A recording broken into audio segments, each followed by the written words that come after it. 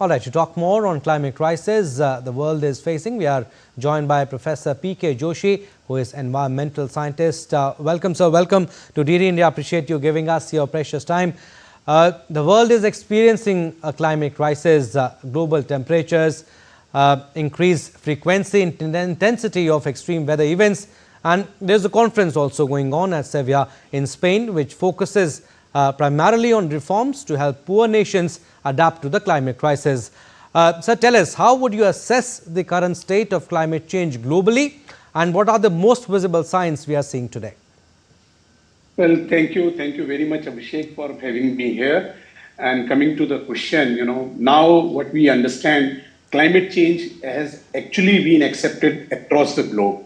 And given the kind of experiences which are coming from Europe, not just this year, for past couple of years, the heat stresses which are being reported, it means the developed countries which were at times they were not taking care of climate change as a most important global agenda. They are experiencing and facing similar kind of experiences nowadays. The casualties have actually gone very high. Last year there is an order of $300 billion which was invested just to handle the heat. And this year, now, when you were reading the news, Greece, or you talk about Spain, Italy, Portugal, they all are, stressed with heat. They are expecting wildfires, and they have come across various kind of measurements to check or to stop the forest fire or wildfire kind of things. Particularly Italy, out of 21 out of 27 places where they have reported meteorologically the kind of heat stress which is there, they have banned the outdoor work. That is the gravity through which climate change is being seen. At the same time, when it comes to negotiations, discussions and all, climate finance has become a biggest challenge. And now the way, US is treating climate change negotiations, rather it has pulled itself from, this negotiations. Conference. It has actually become a big challenge, but there is a ray of hope when you specifically look at United Nations Secretariat and the, promises which are coming from the global south. Though we do understand there is a clear-cut divide between North and South when it comes to understanding or addressing climate change. But somewhere the South has emerged as one of the promising set of states which is addressing the issue of climate finance. And I'm very strongly, I feel that as we saw in Baku, now in Brazil, people will be taking climate finance as the most important agenda. And also, Professor Joshi, since we spoke about the conference in Seville, what are the biggest climate-related challenges that underdeveloped nations or the poorer nations face today compared to the wealthier countries?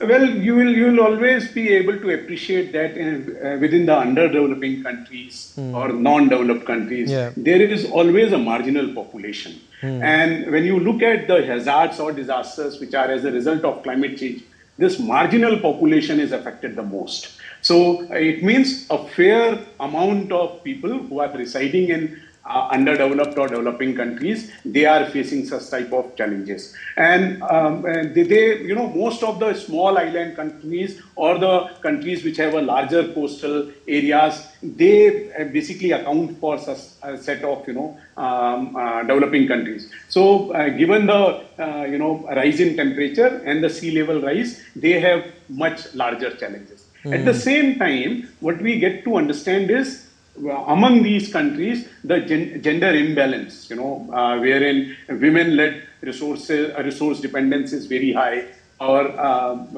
indigenous communities are highly dependent on resources. They have a lot of outdoor activities to be carried out. So they are actually facing the larger challenges out of the climate change which is happening, whether it is rise in temperature or erratic rainfalls or the hazards or disasters which are coming because of such kind of things. So at times we get to see from a global discourses, there is a lack of accountability of such population. And we need these kind of things to come in the mainstream of discussions and negotiations. Professor Joshi, also very quickly, what progress have we made globally in tackling the climate crisis?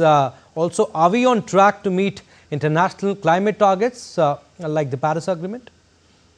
Well, the answer is yes and no. Yes is because many of the countries, and I should very proudly say India has played a very crucial role when it comes to Solar Alliance, when it is coming to CDRI, whether it is coming to biodiversity, major monitoring and assessments. So, there are countries like India and many, few of the European countries which have actually come up with good quality of NDCs. And when we look at their commitments in renewable energy and all, so those things are actually progressing very well. And I find it very optimistic if, we get a leadership as India has shown in some, at least few of the other nations.